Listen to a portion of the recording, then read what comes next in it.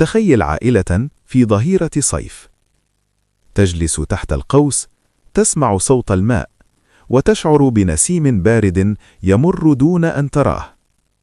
لم يكن هذا ترفا، بل ذكاء معماري عاش مع الناس. هكذا يصبح البيت فلسفة، فلسفة تحمي الخصوصية وتصنع مناخا للعيش. تصميم يعلمنا كيف نبني للإنسان قبل أن نبني للجدار. هذا هو سر المكان، وهذه هي شفرة المكان.